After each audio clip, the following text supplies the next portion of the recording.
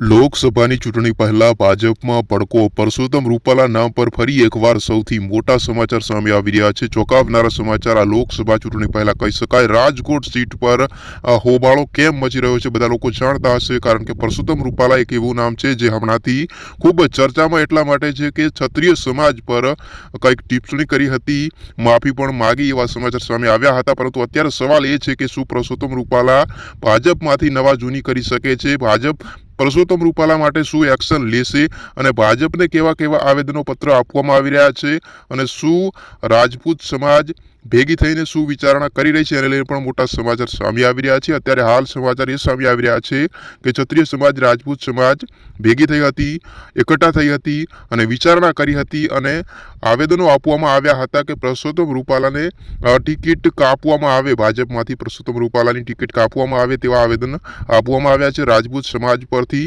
હવે આગળ જોવાનું રહ્યું કે ભાજપ ચૂંટણી પહેલા આ હોબાળાને કેવી રીતે શાંત પાડે છે. ચૂંટણી પહેલા